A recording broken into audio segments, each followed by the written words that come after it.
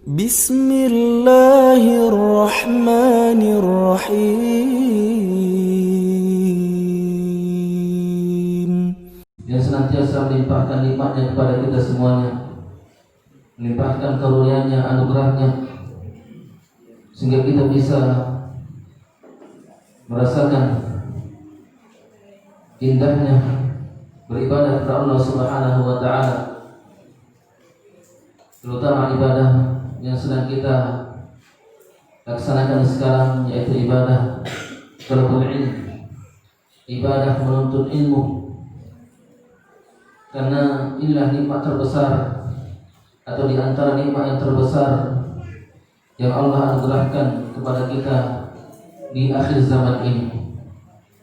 Yang mana di akhir zaman ini banyak manusia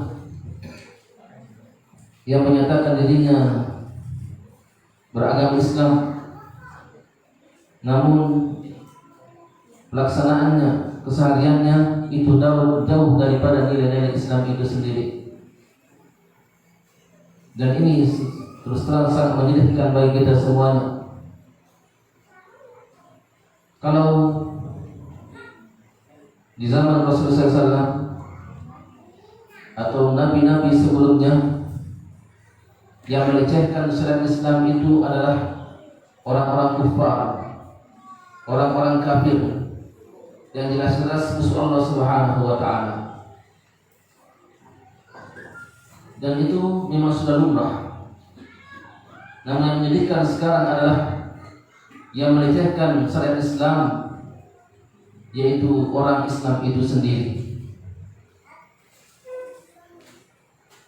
Karena baru-baru ini syariat Islam dilecehkan oleh seorang yang ditokohkan, bahkan dipanggil sebagai kiai, tapi dia membuat film yang mungkin kita sudah nonton semuanya. Apa judul filmnya? Apa? My Flag ya? Iya, sekilas tujuannya bagus, baik, cinta NKRI. Semua kita cinta NKRI, ya, kita cinta Republik Indonesia. Bahkan kalau ditanya, mungkin Ahlus Sunnah wal Jamaah yang paling cinta dengan NKRI ini. Tujuannya baik, tapi caranya yang salah. Dalam film tersebut diselipkan ya penghinaan terhadap cadar,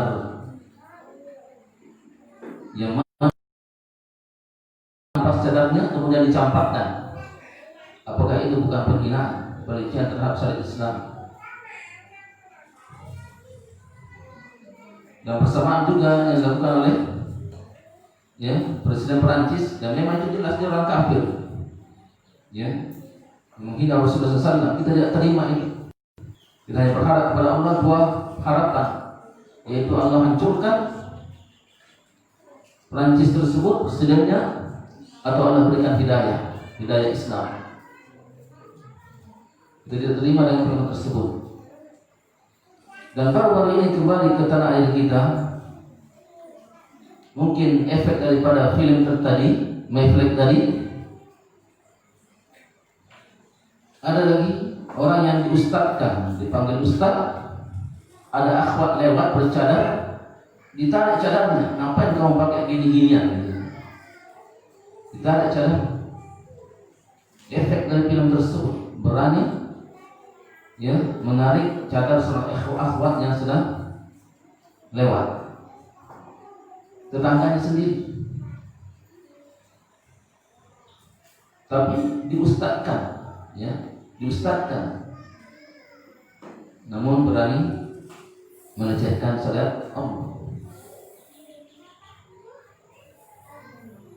Ada beberapa kemungkinan orang melakukan hal tersebut, melecehkan Islam, melecehkan Allah, melecehkan Rasulullah SAW. Yang pertama, kemungkinan kebodohan, karena dia bodoh. Dia tidak mengerti syariat Islam, banyak subhat di hatinya, banyak subhat di kepalanya. Dia tidak tahu mana yang benar, mana yang salah, mana yang sunnah, mana yang wajib, mana yang boleh, dan seterusnya. Dia tidak tahu. Kebodohan. memberikan hidayah agar dia bisa memahami agama Islam yang sebenarnya. Atau mungkin mengikuti hawa nafsu. Mengikuti hawa nafsu. Atau dia sudah tahu semangat cadar itu, ya, syariat Islam, tapi mungkin ada yang membayarnya sehingga dia melakukan itu. Dibayar oleh oknum-oknum yang ingin merusak citra Islam sehingga dia melakukan perbuatan tersebut walaupun dia tahu sebenarnya itu syariat Islam. Mazhab Syafi'i berpendapat bahwasanya cadar itu hukumnya wajib, ya. Bahkan ketika Muktamar NU, ya, dulu itu pernah mewajibkan cadar. Nahdlatul Ulama mewajibkan cadar. Walaupun Allah Ta'ala pendapat yang kuat, cadar hukumnya sunnah muakkadah, sunnah yang sangat ditekankan. Allah Ta'ala. Maka penting bagi kita untuk mengetahui syariat kita, syariat Islam. Dan kita mengingkari pelecehan-pelecehan tersebut sesuai dengan kemampuan kita. Kita lihat diri kita.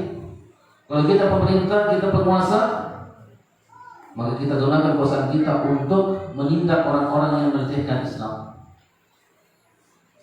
Dikisahkan di tahun 800 lebih, lupa saya tepatnya, atau abad ke-9 Hijriah, di Khalifah Al-Muqtasim Billah, ada seorang budak wanita yang berbelanja di pasar. Namun ada yang melecehkannya, ada yang menyangkutkan di kainnya itu paku, ketika berdiri tersingkat auratnya, kelihatan sebagian auratnya. Apa kata wanita? Budak wanita ini, budak wanita.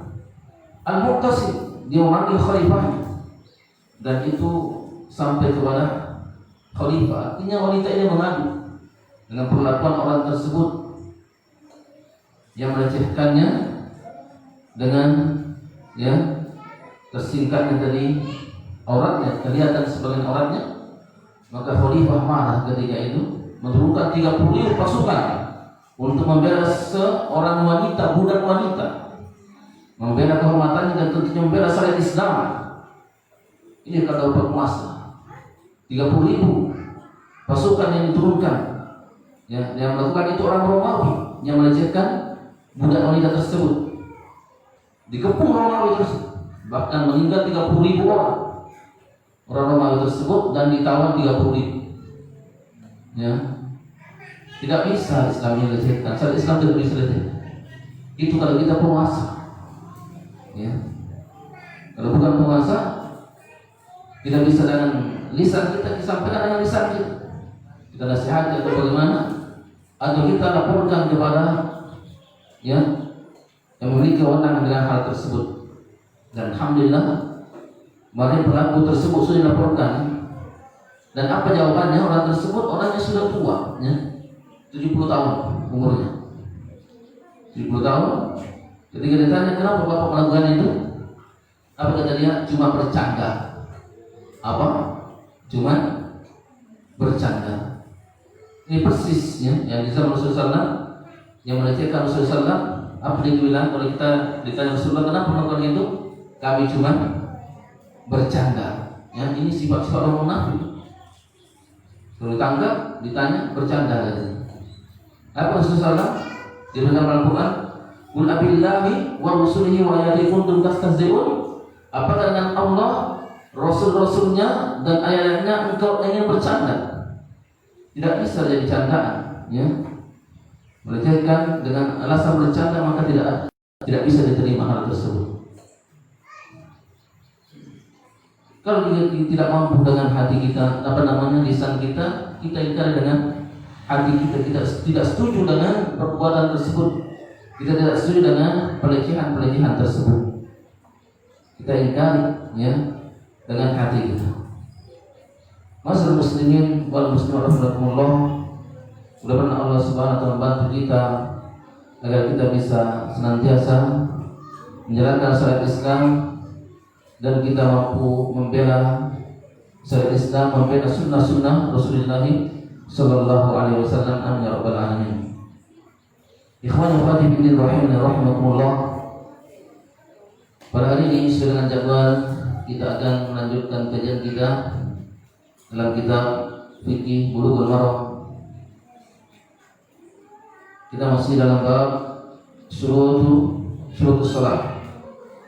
Bab syarat-syarat salat. Pada pertemuan yang lalu dalam bab ini kita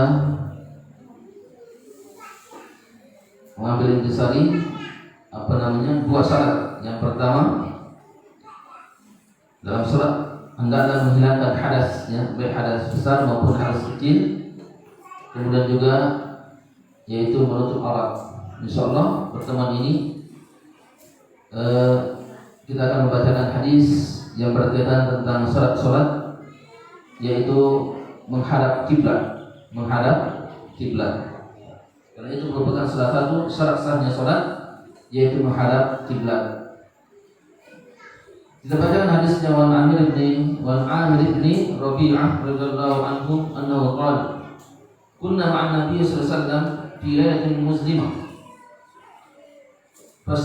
fassalat alaina al-qiblah fasallaina falamma talat asy-syamsu idza nahnu sallaina ila ghairil qiblah fanazalat fa inna ma tuwallu fatamma wajhullah akhrajahu Tirmidzi wa dha'afahu.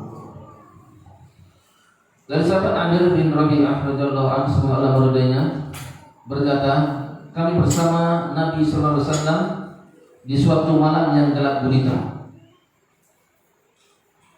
Fasqat alaina al-qiblah. Dan ketika malam itu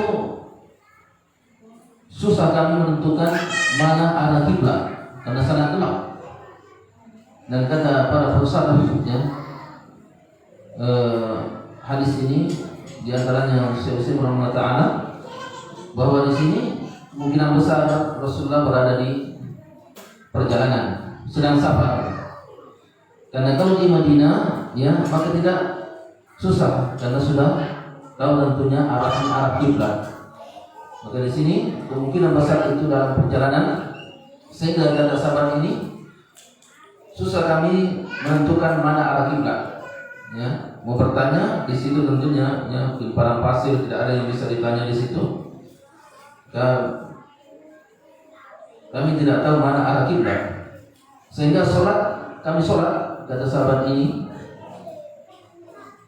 dan menghadap saja, tidak tahu arahnya benar atau tidak. Falamma tarat ketika matahari itu terbit di dalam sholat dari kiblat, rupanya kami sholat bukan menghadap ke kiblat, salah menghadap, tidak menghadap ke kiblat. Kemudian turun firman Allah Subhanahu wa taala, fa inna ma tuwallu fatamma wajhullah. Dimanapun kalian menghadap, maka engkau akan mendapatkan wajah Allah Subhanahu wa taala. Jadi di sini diberikan keringanan karena tidak ada yang bisa ditanya ketika itu, dan susah mengetahui informasi di mana arah kiblat tersebut. Maka Allah berikan keringanan bahwasanya di mana pun kamu menghadap, maka engkau tetap mendapatkan wajah Allah Subhanahu wa taala.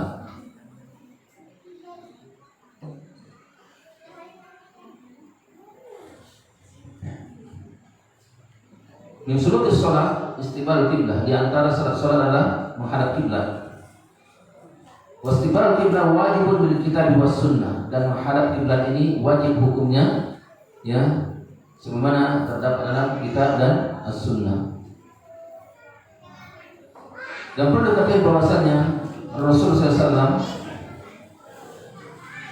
ketika berada di Madinah, yastaqbilu Baitul Maqdis ila sittati asyara syahran atau sab'ata asyara syahran, bahwasanya Rasulullah SAW ketika datang ke Madinah, salatnya di Madinah itu menghadap ke Baitul Maqdis sekitar 16 bulan atau 17 bulan menghadap ke Baitul Maqdis. Palestina.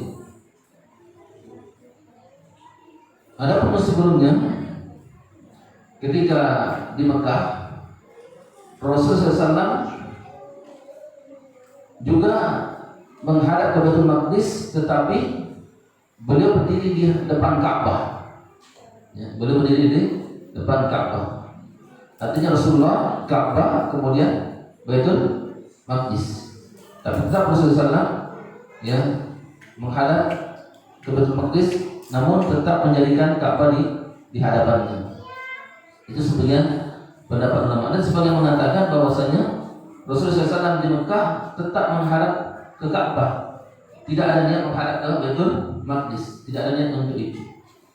Namun ketika pindah ke Mekah, ke Madinah, hijrah ke Madinah, Rasulullah SAW menghadap ke Baitul Maqdis karena mendapati orang-orang Yahudi menghadap ke Baitul Maqdis. Ya, walau ta'ala mana yang benar, yang jelas Rasulullah SAW kurang seret hatinya menghadap ke Baitul Maqdis ketika sholat.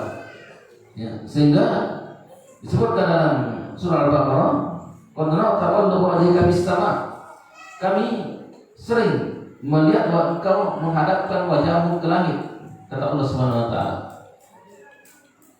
Kenapa Rasulullah SAW sering menghadapkan wajahnya ke langit? Karena Rasulullah SAW berharap ada wahyu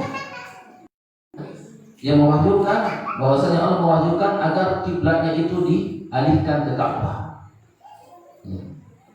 Rasulullah berharap itu. Maka Allah Subhanahu wa taala selama Rasulullah SAW sering menghadap ke langit, mengharapkan kiblatnya itu berubah, maka Allah Subhanahu wa taala mengabulkan keinginan Rasulullah SAW. Akhirnya Allah Subhanahu wa taala mensyariatkan agar ya Rasulullah SAW, para sahabat dan tentunya kaum muslimin sampai saat ini ketika sholat menghadap ke arah Ka'bah, ya, ke arah Ka'bah.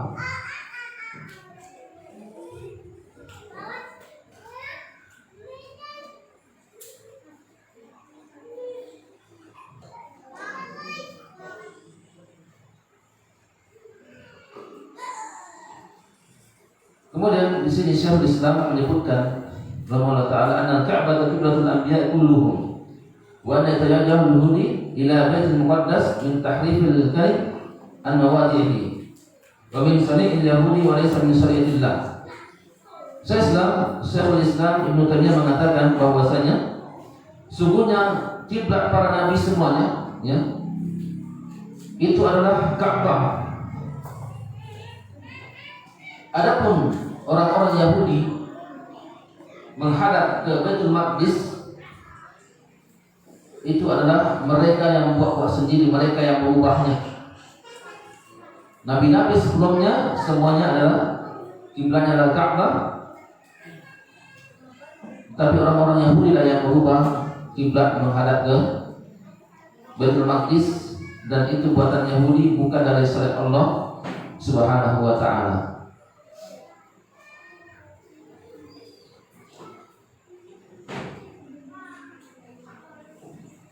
Masyaallah muslimin wa rahimakumullah. Adapun faedah daripada hadis ini, yang pertama anna Rasulullah SAW sebelumnya bahwa hadis ini didhaifkan oleh Imam At-Tirmizi rahimahullah taala. Namun hadis ini memang lafaznya ya sanadnya dhaif, tetapi maknanya benar. Kemudian juga hadis-hadis ini banyak penguatnya, ya, sehingga sebagian besar ulama menjadikan hadis ini sebagai hujjah. Apa bedanya? Pertama, Rasulullah SAW la ya'lamul ghaib, bahwasanya Rasulullah SAW itu tidak mengetahui hal yang gaib. Rasulullah mengetahui yang gaib kalau Allah yang mengasih tahu. Lianna law kana ya'lamul ghaib la'alima ayna takunu qiblah. Kalau seandainya Rasulullah SAW itu tahu yang gaib, maka Rasulullah SAW sudah tahu ya di mana arah kiblat tersebut ketika malam gelap gulita tadi. Ya, kalau Rasulullah SAW tahu yang gaib, maka Rasulullah dan para sahabat tidak bingung mana cari kiblat gitu ya. Buktinya Rasulullah SAW sholat juga dan salah menghadap. Ini bukti Rasulullah SAW tidak menghadap yang gaib, kecuali Allah yang menginformasikan tentang hal-hal yang gaib. Baru Rasulullah SAW juga tahu.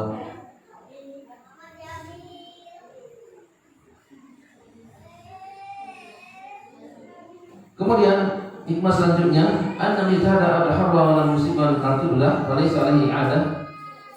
Bahwasanya orang yang sudah bersungguh-sungguh mencari kiblat, maksudnya mungkin dia musafir di tempat orang lain, dia sungguh-sungguh mencari kiblat, mau bertanya, ya, tidak ada yang bisa ditanya dan seterusnya. Ketika dia sholat kemudian kiblatnya salah, maka tidak perlu mengulangi sholatnya. Yang penting dia punya usaha dulu, punya usaha untuk mencari kiblat tapi tidak menemukannya.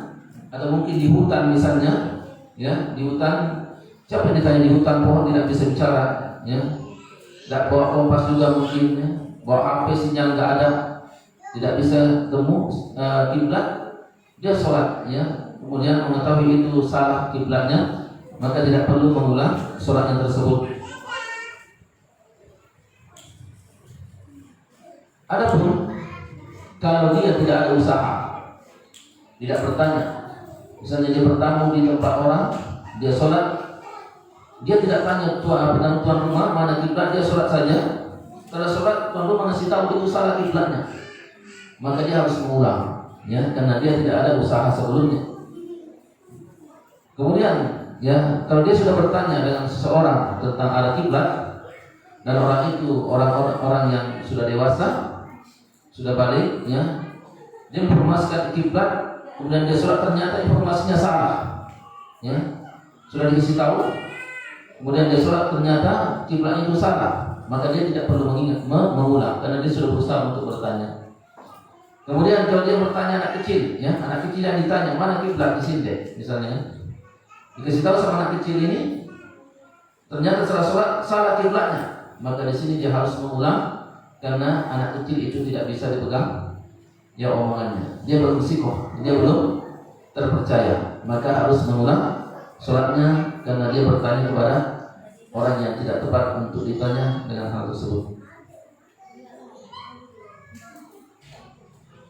Kemudian Al-Quran ini terkadang turun dengan tanpa sebab, ya, dan terkadang turun karena sebab. Seperti ayat tadi, fa inna man tuwallu fatammu wajhullah, ini turun karena sebab. Apa sebabnya? Karena tadi sebabnya adalah Rasulullah SAW dan para sahabat sholat kemudian salah menghadap kiblat sehingga turunlah ayat ini. Dan memang ada ayat-ayat yang turun tanpa ada sebab, karena tidak semua ayat itu ada sebab nuzulnya, tidak semuanya. Fa yasrujuna Allah Ta'ala wasi'un alaihi ya'limun muhitun bi kulli syai'. Maksudnya Allah itu maha luas, ya, maha mengetahui, maha meliputi segala sesuatu. Di Allah itu meliputi segala sesuatu, ilmunya menguasai seluruh makhluknya. Bukan berarti Allah di mana-mana, tidak, ya. Karena Allah di mana-mana itu adalah, ya, akidah Asy'ariyah, akidah bukan akidahnya Ahlussunnah wal Jamaah. Karena akidah Ahlussunnah wal Jamaah meyakini Allah Ar-Rahman Ar-Rahim istawa. Allah berada di atas arsy. Itu harus diyakini. Adapun pengetahuan Allah, pengawasan Allah itu di manapun, ya, Allah mengetahui semuanya.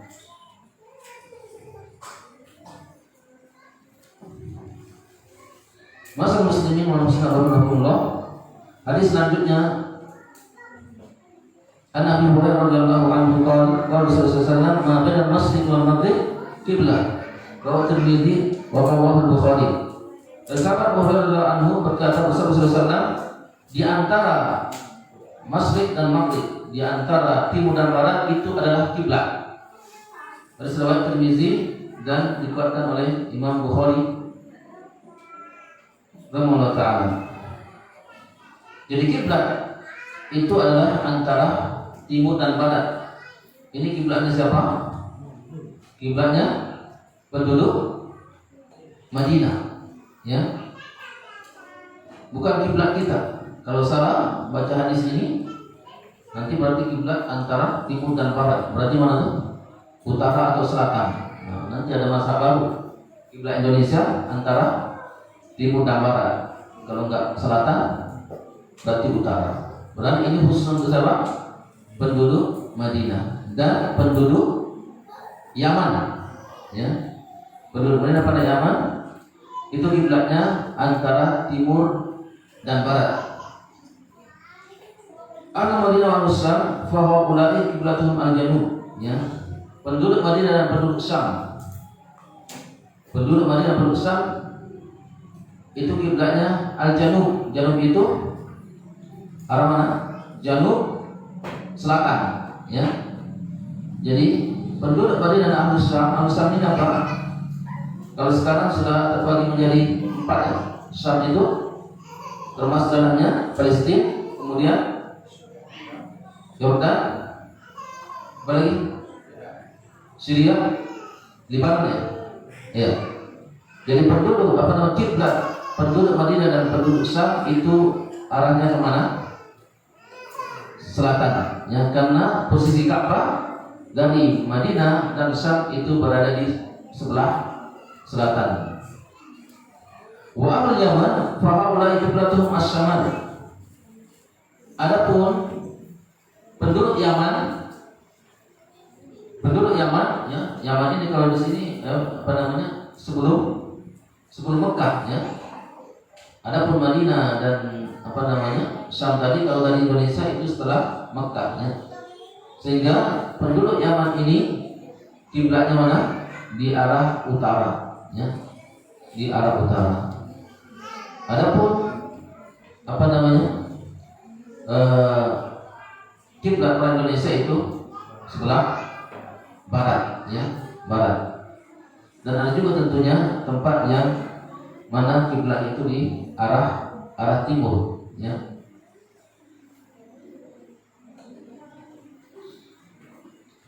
Ada faedah di sini seluruh hadis syariah ini merupakan kemudahan dalam syariat. Haitsu imtaddat jihatul qiblah indal mu'ayyanatin al-Ka'bah. Bahwasanya di antara kemudahan syariat ini, kelonggaran syariat ini bagi orang yang jauh daripada Ka'bah itu cukup arah ke Ka'bah kiblatnya. Ya. Tidak harus pasti lurus dengan Ka'bah, yang penting sudah arah Ka'bah. Misalnya diinformasikan bahwasanya Indonesia ini arah Ka'bahnya ke barat sudah ya, arahnya ke barat ya. Tidak perlu harus gini-gini ya, biarin segini dan seterusnya. Yang penting arahnya. Berbeda kalau memang orang yang di dekat Ka'bah harus jelas dia betul-betul menghadap ke Ka'bah tersebut. Karena nampak Ka'bah baginya, tidak bisa hanya sekedar arah Ka'bah, tapi dia betul-betul harus menghadap ke Ka'bah ketika melaksanakan sholat.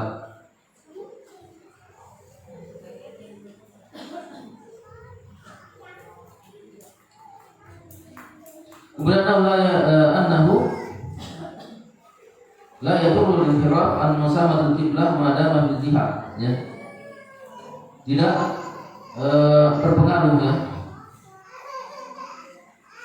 arah kiblat tersebut itu walaupun ya tidak persis, yang penting sudah arah ke Ka'bah ya.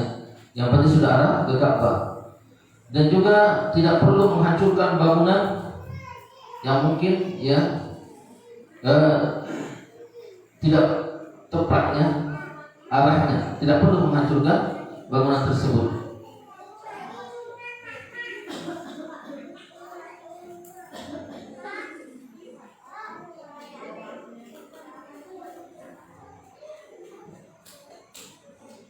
Hadis selanjutnya, An Amr bin Rabi'ah radhiyallahu anhu qala Rasulullah sallallahu alaihi wasallam yusalli ala rahilatihi haitsu tawajjahat bihi, muttafaqun alaih.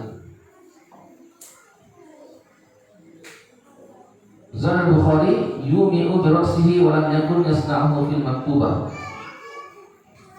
Bahwasanya Rasulullah bahwasanya Amr bin Rabi'ah radhiyallahu anhu berkata, aku melihat Rasulullah sallallahu salat di atas kendaraannya dimanapun kendaraannya itu menghadap. Dan tambahkan oleh Bukhari bahwasanya beliau menyondongkan kepalanya. Tetapi ini Rasulullah hanya lakukan ketika sholat fardu saja, sholat wajib saja.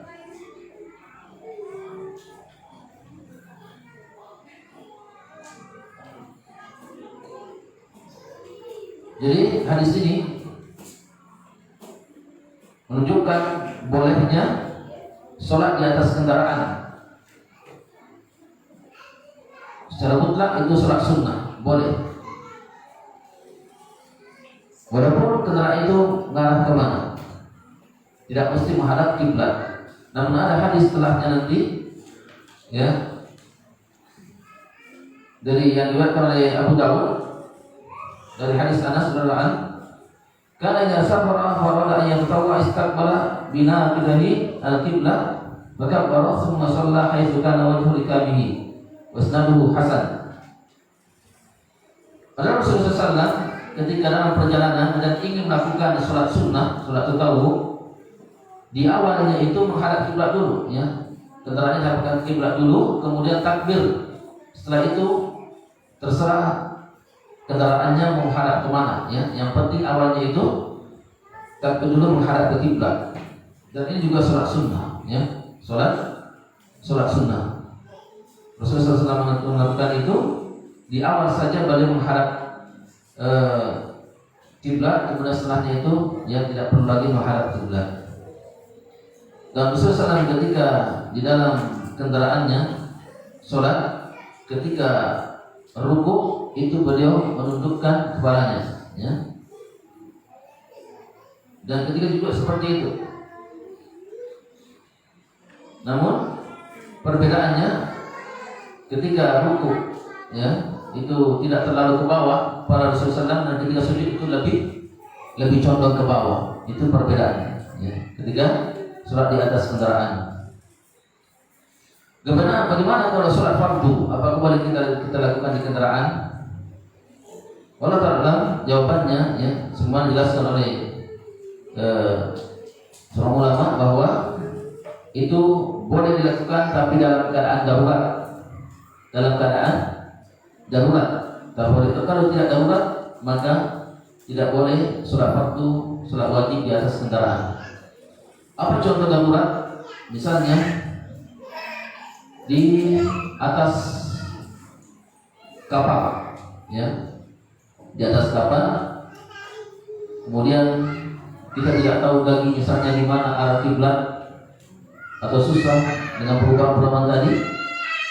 Dan kalau kita ingin menunggu kapal itu sampai, mungkin lama baru sampai sehari semalam misalnya, atau mungkin 3 hari 3 malam, ya, seperti ke Sulawesi jauh, atau mungkin seperti zaman dulu kalau naik haji pakai kapal air itu berbulan-bulan baru sampai, ya, maka sholat bagaimana, ya, kondisi kita. Karena la yukallifu nafsan illa wus'aha, Allah tidak membebani seorang kecuali dengan kemampuan. Adapun kalau naik bis, ya, maka diusahakan dulu kalau bisa berhenti, ya. Tak tahu lah sebetulnya berhenti sholatnya, tidak usah sholat di atas kendaraan. Banyak, apalagi sekarang banyak masjid di mana-mana pinggir jalan. Maka yang terbaik adalah berhenti dan sholat di masjid tersebut. Kecuali kalau supirnya marah-marah tak mau berhenti, ya, gimana lagi, gitu, ya. Dan misalkan kalau bisa berdiri di atas kendaraan, tetap berdiri, ya. Kalau bis jalannya bagus misalnya bisa berdiri di atas bus, ya, sholat berdiri. Kalau nggak bisa banyak lubang, nah, ini nanti jatuh pula, kan. Ya, jadi sholatnya duduk di atas bus. Bagaimana kalau pesawat? Kalau pesawat itu misalnya hanya di dalam negeri, itu bisa kita jamak, ya, berjamak, tidak perlu sholat di atas kendaraan. Berbeda kalau memang umroh atau haji, itu kan 9 jam, ini paling cepat 9 jam, ya, tidak bisa kita jamak di bandara misalnya, maka dalam kondisi itu kita sholat di atas pesawat. Jadi untuk sholat fardu bisa dilakukan di kendaraan kalau itu memang sudah darurat. Adapun kalau masih bisa kita melaksanakannya di masjid ataupun bukan di atas kendaraan, maka itu yang lebih baik. Wallahu ta'ala, ini yang bisa sampaikan, dan bermanfaat untuk kita semuanya. Silakan selanjutnya kalau ada yang mau ditanyakan.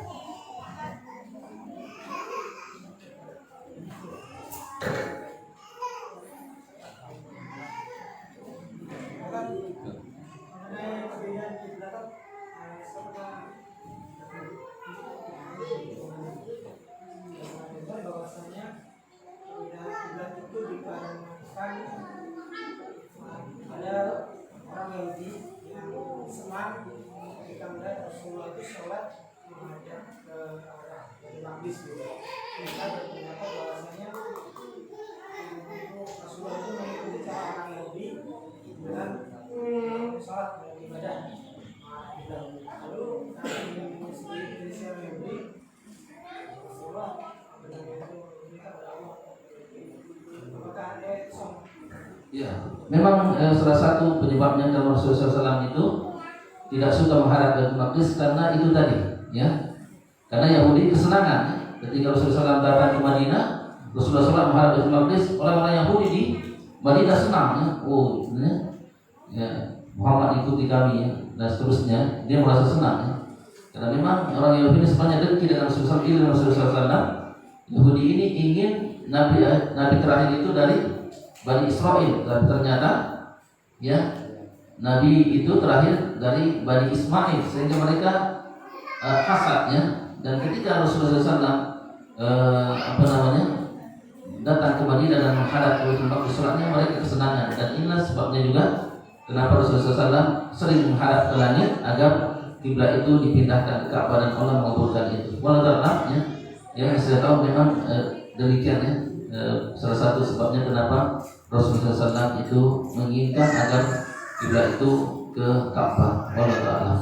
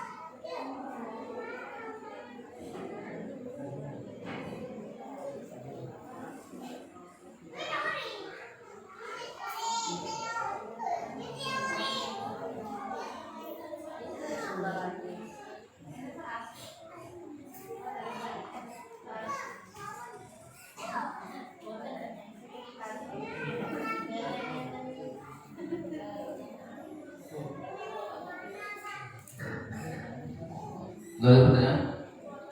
Ibu-ibu ada pertanyaan? Biasanya ibu yang paling banyak tanya. Sekarang pas terus.